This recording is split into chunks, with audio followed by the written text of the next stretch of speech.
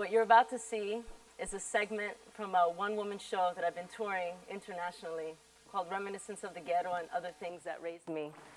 This segment is called Introdiction, and it's about vernacular. How are people judged based on how they speak, as opposed to what it is that they actually say? Is my mic on? Can I be heard? Am I cool? I'm good to go? So we'll have a little bit of fun together, yeah? The mic's more for the camera, so just... I'll take care of y'all. We're good, we're good. Down neck, it was all about maxing on the porch. Everybody was like, ain't nothing but a thing. Since living down neck in Irvington, New Jersey, I moved to the suburbs, but to a fat house with a deck. All right, so it's mama's house, but as long as she gets to claim me as a dependent, I depend on that deck. So I don't hear the poetry there, like I did here, because no one there sits out front for me to hear, like here. No Cuban girls yelling words of affection, say, oh yeah, peachy, like hey baby, like Puerto Rican girls speaking Spanglish and sucking their teeth. Black girls were loud, Polish folk, Filipinos in Tagalog. Italian boys call out the only curses they knew in their grandmother's language, and me chiming in with my Greeklish.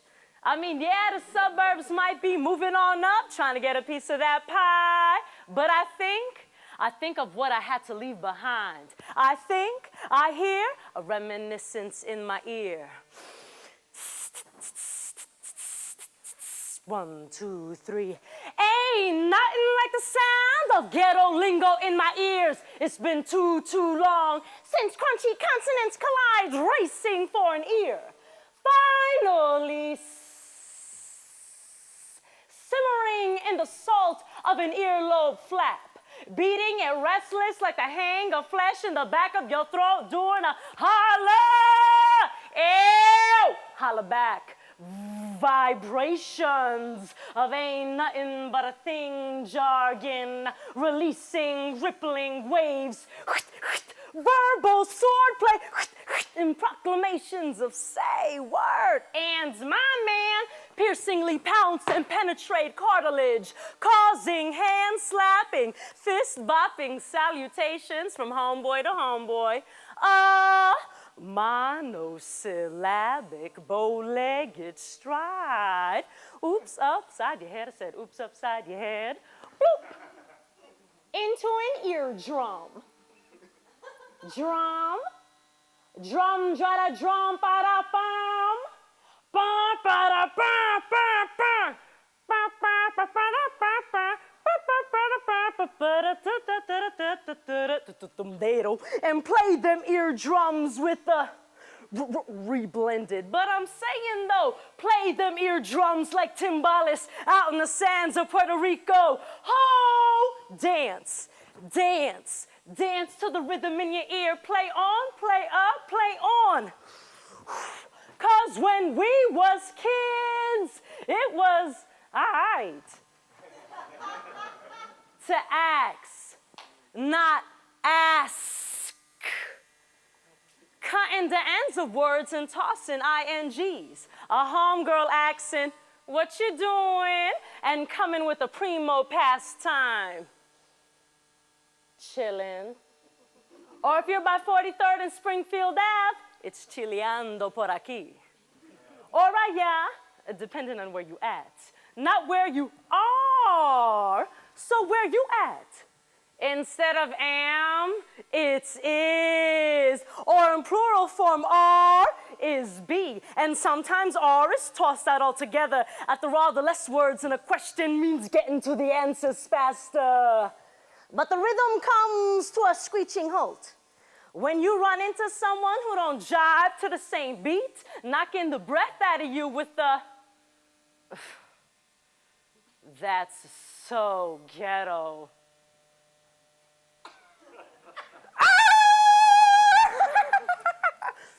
What? Yo, I never thought it'd be like this. But bullies and acquaintances who weren't familiar with the flavor or the geography would latch their claws in between the lines. Yo, I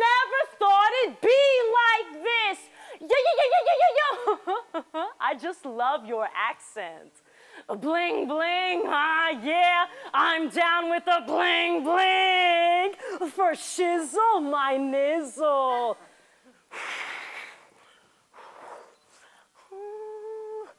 I want to punctuate what I say. Not how I say it. I'm not fighting to be heard. I want to be heard right. But in time, I learned to lighten the bones in my hands, the heaviness of my voice.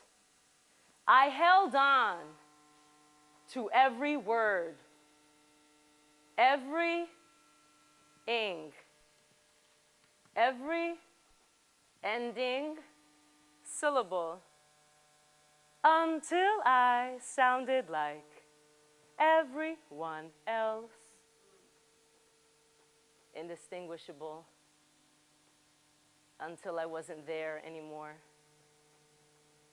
The roof of my mouth stings. My tongue is numb. My jaw aches. And the muscles in my face are tired.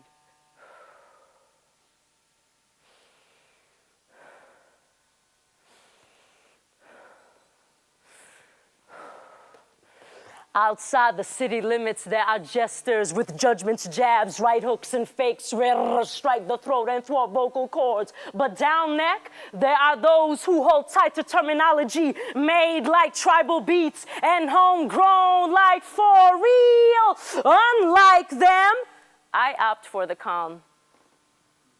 Interviewers listen close for a slip up. Maybe I sold out. Maybe I just grew up. Or maybe I compromised, played by their rules, and wrote some shit in real fucked up English. I mean American. Set in a neighborhood called Irvington, New Jersey. It will be gritty, edgy, and real. Characters will speak without self-consciousness. Words like soul, history, and truth will be used to describe it.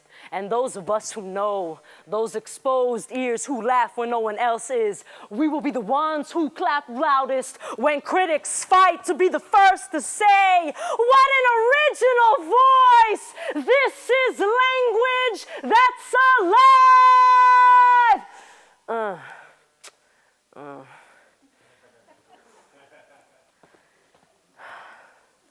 All right, nice.